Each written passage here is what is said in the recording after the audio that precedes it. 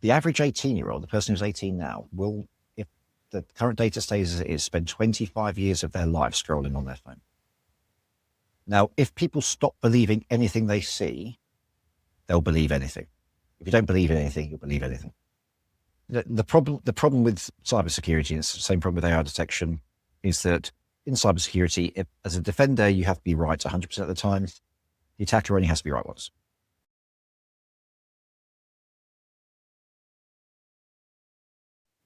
Here's an uncomfortable question. When was the last time you were certain that the thing you were looking at online was made by a real human being? The photo in your feed, the comment below, the account that liked your post this morning. By some estimates, more than half of all the internet activity is no longer human. 71% of images uploaded to social media every day. Sorry, I can't. I got to apologize for being one of those contributors. Some platforms may have bot populations approaching half their user base. And social media is quietly becoming something entirely machine talking to machine while we scroll along in the middle, unable to tell the difference. My guest today has decided to do something about it.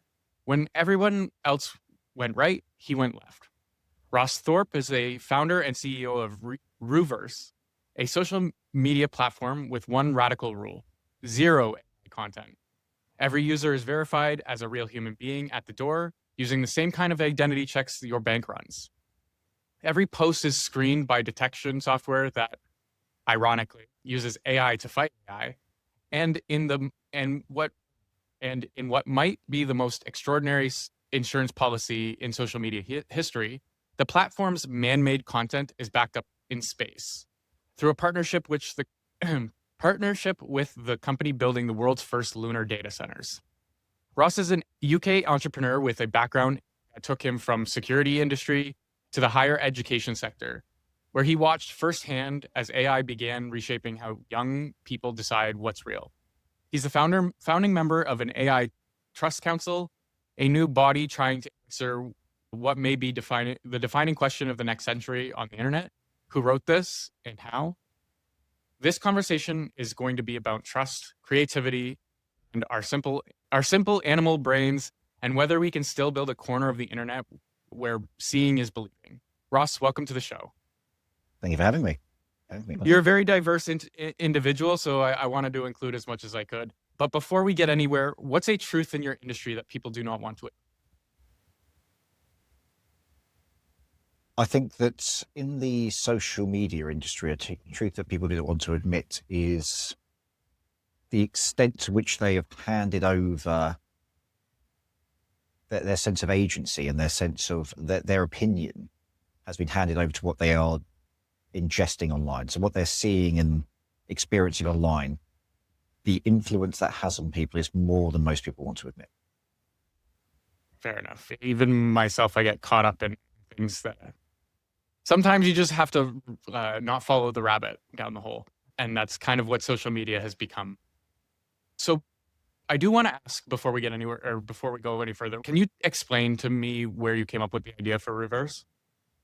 Yes. So we were working in like you mentioned in the intro, my other company is a security company. We work a lot with the higher education sector.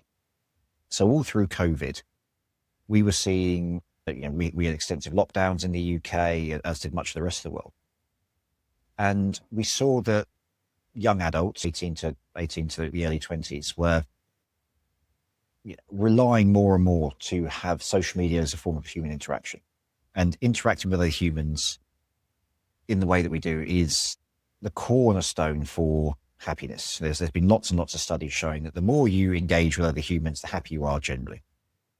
So people are turning to social media to get this feeling, to get this connection feeling. And despite that, there was still a huge surge in mental health problems throughout COVID. We saw that from a real world example, and the data backs that up. So very quickly after COVID, AI arrives. We had a time for a quick cup of tea, as we'd say in the UK, before AI arrived on our doorsteps. And so people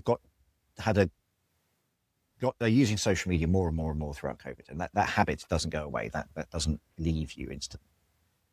And then we were seeing more and more posts arriving online that were AI generated, whether it's, and the ones that were tricking me initially, and tricking is the word here, are the grainy wildlife ones, where it's like the classic one where like there's an earthquake and the dog comes and saves the baby, from or a lion jumps out and saves an antelope from being eaten by a crocodile. And you kind of think, oh, that's weird, but not, and it's, because it's a grainy footage and it looks like someone shot it on a camera. I think, oh, that's remarkable. And the most insidious thing is when it's based on something we think that could be true. There could be a weird circumstance where the tiger saves the antelope for some reason. And so we started seeing more and more of these things. And we realized that as social media becomes more and more propagated with these images, with these AI generated images and machine generated images, and with the average person spending 4 to 5 hours a day on social media, it occurred to us that if someone was sat talking to their toaster for 4 to 5 hours a day, you'd think they were quite mad. However, there's not a huge difference between you being sat on social media and interacting with machine-made content. The toaster is the toaster and the machine is the machine online. So we thought that's concerning. We can't have people behaving like madmen or mad women all the time.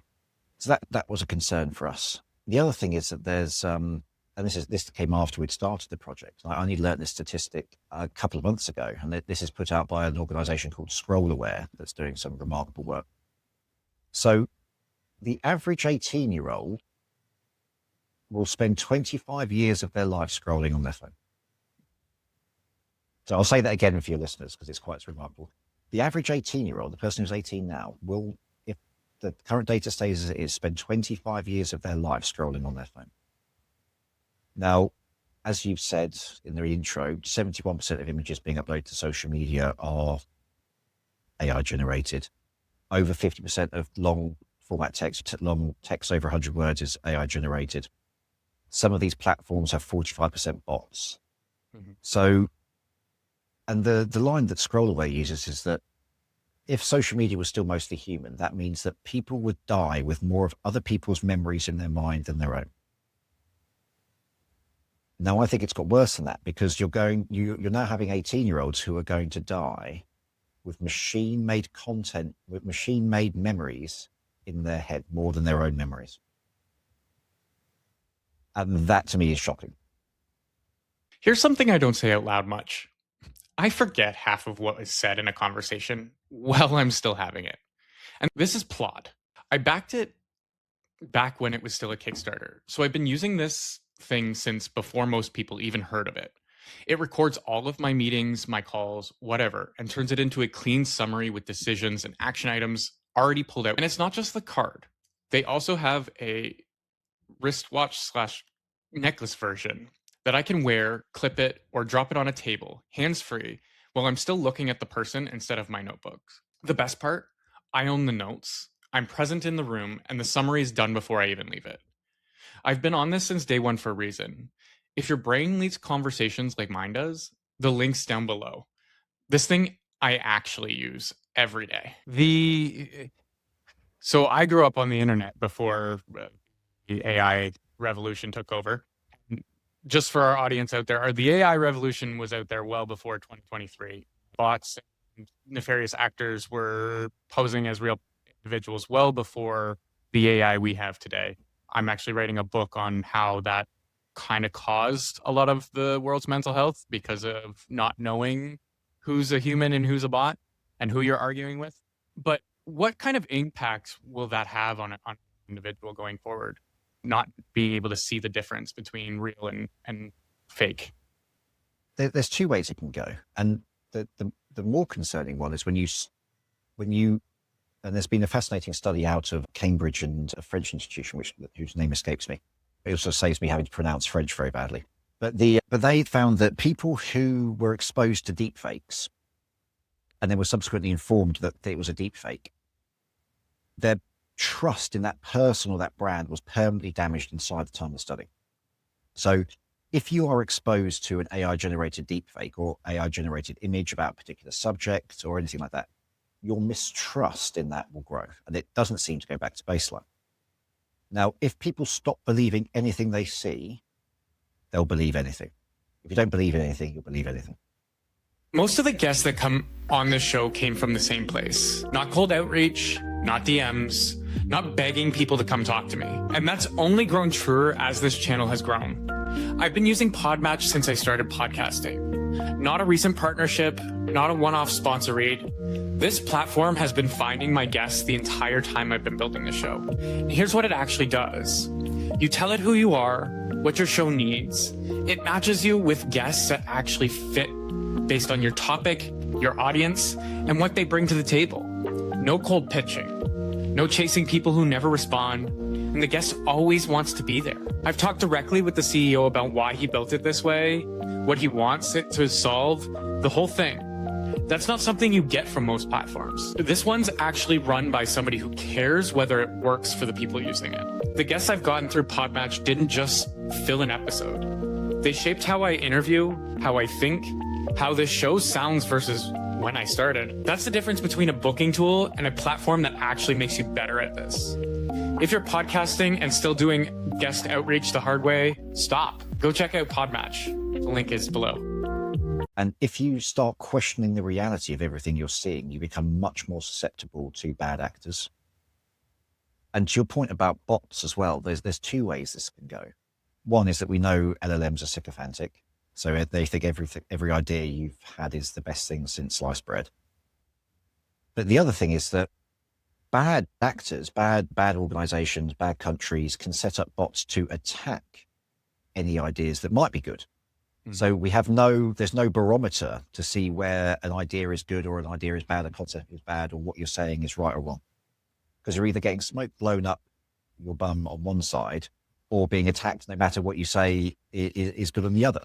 So it's very, very concerning. And I think it's going to be very, very hard to predict what the effect will be going forward on people. Other studies that are concerning in this regard is that we know that there's an effect on attention from excessive social media use. We don't know, but there's this disclaimer, allegedly, it's a litigious society. Allegedly, according to studies, there is a negative effect from some formats of social media. Meta's just been involved in a big court case about the addictiveness of their program and the effect on mental health.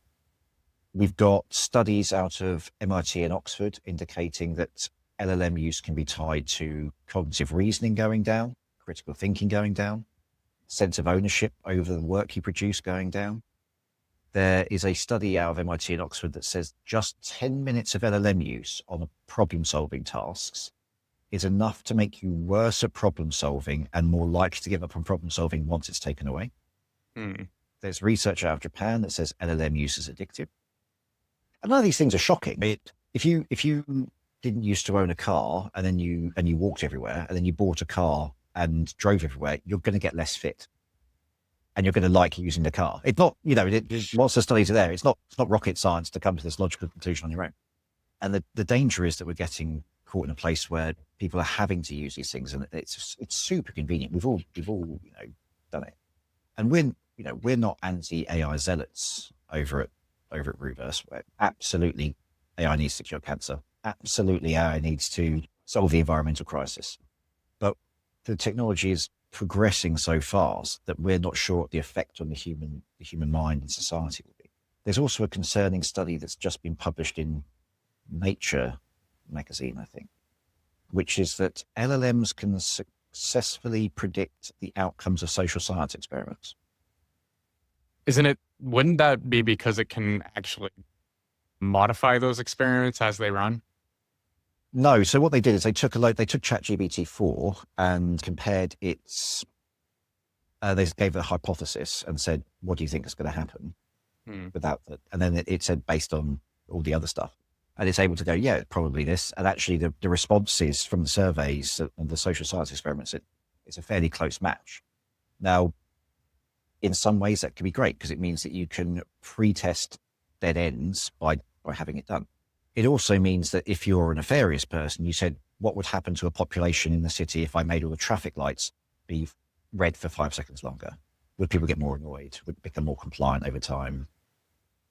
So there's some concerning, and even the researchers in there say this is a concern for things, marketing. If I market a product this particular way, is it more likely to be successful? None of these things haven't existed before with humans doing the research, but the scale and the volume with which you can do these things is there, which goes back to your point about, bots existed for a long time, but the speed at which bots can be propagated now, we've been on this call for 10 minutes, say, 1,000, 10,000, a million new AI agents or bots have been spun up. Who knows? Yeah, we can't keep up. I can't say anything. I've got 5 of them deploying right now. So yeah, and this is it. Sometimes it can be useful, and this is where it's very, very tricky. So yeah, the long-term effects are hard to predict. what do you say to the people concerned about like surveillance when you have an that's identifying if they're a real user? What do you say to combat the surveillance argument? In that we are surveilling their activity on the app or the person. But that by making sure that the human is there, making sure that they are a human, you are inadvertently tying them to an account, right? Sure. Yeah. We don't sell data to third parties, and we don't use the user data to change the algorithm. That's in the terms and conditions. Yeah, we do have to make sure you're a person. It's just the price of admission. We've had criticism from some people that we use AI to detect AI, and without sounding difficult, how would they like me to do it? It's not. I mean, what we're like I said, we're not anti-AI. We think AI is here to stay, and much in the same way that people used to live in the countryside, now most people live in cities. Most people are going to have AI built into their daily lives. In fact, it's already there. We've already got to a point of huge saturation in terms of AI. So people are now living in the AI city, and Rooverse is a place. Just because you live in a city doesn't mean you like going for a walk in the countryside. And so Rooverse is a nature reserve to go for a walk in the countryside. We're preserving a corner of the internet that is going to be just for human-made content and just for real people. And in the same way, in Canada, your nature reserves are patrolled by, they're keeping the natural world safe, but they're also patrolled by guys in jeeps to make sure that people aren't dumping rubbish there. We have to use a little bit of this stuff to be able to keep it safe for people. And we're not the only game in town. If people want to have an anonymous account on X, go ahead. No one's stopping you. But you still want to have that place where humans can go to have a human interaction. How is your AI actually detecting? Because like I'm able to trick the detector pretty much 95% of the time. I'm just interested to see how you guys do it. Yeah, so there's a couple of different layers that we have. The first is that we're appealing to people who want to have a human-only space. So in the marketing, that kills off a lot of your problem. The reason is that there's friction to sign up to the platforms, which most businesses think that friction is bad, but we need a little bit of friction here to stop. For people who just want to be naughty for the sake of being mischievous, a bit of friction is good because it prevents that. It's in the terms and conditions, so you have to sign up. And we're just asking people in the same way that you wouldn't dump rubbish in a nature reserve, we're asking you not to post AI-generated content on that platform. We then go through a series of AI detection pieces, everything from the metadata to, running it through AI models, all that kind of stuff. And then the last line of defense is that, and you're right, it is possible to trick these AI detectors because you're in a arms race all the time. It's ever changing. It's hard to keep up with. Yeah. And the last line of defense is community reporting. So in the same way that on other social media platforms, you can report fraudulent or abusive content or whatever, on Rooverse, you can flag something for suspected AI-generated content, in which case it will move off to a further adjudication process. Okay. So the problem with cybersecurity, and it's the same problem with AI detection, is that in cybersecurity, as a defender, you have to be right 100% of the time. The attacker only has to be right once. Mm-hmm. So we have as much as we can in place to prevent that from coming forward. And as the community grows, the community detection will become better and better and better. There's going to be a sense of that for people. Where are you at in the process right now? Like how big is the app? How many active users do you have? We've got a few thousand active users. Okay. So we're growing along steadily. The biggest problem we have is that I spent all my money building it. So we're completely reliant on organic marketing growth. And one of the things I say to people is that I use a bit of a thought experiment here for this. So imagine that your listeners are walking to a business meeting, and they've got a brand new suit on, very expensive brand new suit for their business meeting. Could make lots of money from this business meeting. And they walk past a pond, and in the pond is a drowning child. Now, every single one of your listeners would not hesitate. They would run into that pond to save that drowning child. And they would ruin their new suit, and they could well miss their business meeting and cost themselves lots of money. But not a single one of them would stop to save that drowning child there. Now, luckily, most of us don't walk past a drowning child every day, but that doesn't mean a child's not drowning somewhere. And so I think it's a duty of everyone to think to themselves each day, have I done something, when they close their eyes at night, have I done something in some way to help a drowning child somewhere? And not quite literally a drowning child, but have you made the world a tiny, tiny, tiny bit better by being in it that day on balance? Some people, you take away from the world a little bit. Have you given a little bit more to the world at each point there? And what I know for certain is that your listeners, if they're spending 4 to 5 hours a day consuming machine-generated content online, or sat watching their toaster for an equivalent task, they haven't made the world a better place. And not a single one of them, I think, would be proud of the fact that they spent 4 to 5 hours a day watching a toaster or watching machine-made content.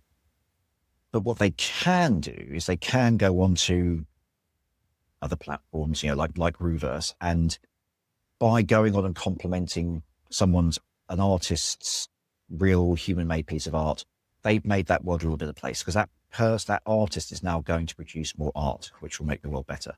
They could reach out, they could talk, someone could be putting on a status on there saying, do you know what, I'm just having a tough day. And someone goes, do you know what, this too shall pass, don't worry, the world does get better. And that could be a lifeline for that person. And they know for certain that they're interacting with another human being, as opposed to an attention-seeking bot that's outcrying. So I like how you're going with that, because this is one of the key factors that I think is missing on the internet, is the love, the connection, the understanding, the nuance, the things that humans actually value off the internet isn't happening anymore. Like, I remember growing up, and it was, of course, we're all assholes on the internet, but at the same time, like you could say I'm wrong and not have the world come crashing down on you like it does today. Yeah. I mean, I use a phrase saying the social has gone out of social media, because 90% of users are posting less than once a month. So it's just short format entertainment media, which is a bit of a mouthful. But if it's just machine made content and it's just huge volumes of bots, and 90% of people aren't posting, you're not getting a snippet of the human experience there. You're not interacting with people. You're just going on there to entertain yourself for 4 to 5 hours a day. And the other line I say on this is that, would your mum be proud of you? If you said if I've spent 4 to 5 hours a day watching a toaster pop up or watching machine content online, she wouldn't be proud of me. And if you're on there as well, being an arsehole on the internet, your mum wouldn't be proud of you either. So just think about that a little bit. is what I say to people. I think it does come as like a nice caveat to what's going to come, because I don't think people really understand. We're going to get so much more digital in the next 10 years that it's actually going to be overwhelming to people. One of the reasons I actually wrote an article on how tourism is going to be one of the best industries to get into, because people are going to be looking for escapes from the internet entirely. Thankfully, I live on an island and have plenty of tourism out here. But I think we're going to need places that are just human salvation areas. I appreciate that you're building one. Can you run me through why it's backed up to space? Two reasons. The first reason is that it's cool that it's in space. And yeah, it is cool, isn't it? Yeah. Yeah. Sometimes you've just got to do stuff. That's really cool. And the other one, on a more serious note, is that we've seen that data centers are vulnerable. So recent Amazon and data center servers in near Iran were damaged by the conflict. Possibly data lost or interruption to service. So because we have human-made content, that's not easily, or is in fact impossible to replicate. Whereas we can replicate the machine-generated stuff that you see on all the other social media platforms very easily. It's very, very important that we keep that human-generated content safe. So that space is pretty safe in comparison to the effects that can be happening on Earth. And what part of the process are you with that? Like, I would assume there's no data centers yet, but you're... Yeah, so they are currently testing stuff. So we're testing stuff with them in terms of data going up there and being retrieved. The Lone Star Data Holdings have done several. They've got several bits up there already. Successfully got stuff on the moon already. So it's pretty cool. This is the first time I'm hearing that we actually have the technology on the moon and just up in space. Like, I know Starlink is out there, but I didn't realize we were already working on the server side stuff to go out that side, far. Yeah, go ahead. No, yeah, they've got some remarkable stuff happening. I think it's going to be really, really nice to see that safety zone for people in terms of what can come. Yeah, I really, as much as people are like, why are we going to space? Like, I see a lot of reasons for it. Just to protect certain structures, or to have it up there makes more sense because nobody can attack it. Nobody knows what's up there. Nobody has rockets to send to the moon to blow it up. That's a good caveat. So what do you ultimately hope for Rooverse to do? Like, what are you hoping in 10 years, what it helps to humans to do? I think it goes back to what your point you made earlier was, as we become more and more digitalized, and your point about tourism. I mean, your point about tourism, exactly what I mean. This is digital tourism. This is digital have a break. And what I always recommend to people as well is that if you have the choice between interacting with people in person or online, absolutely go and interact with someone in person, whether it's your neighbor, friend, colleague, loved one, whoever, an old lady crossing the street, whatever is in front of you. If you have the choice between doing that and going online, even to Rooverse, where you know it's real people, absolutely every single time picking real life. If you don't have the option to go and interact with people in person, just don't go to a place which has got a lot of bots and a lot of machine-made content, because you're not getting the same thing. It's not the same thing. So we're hoping, like I said, it's a nature reserve. It's for people to go when they need a break. It's for people to go when they can be certain about what they're seeing is produced by a person.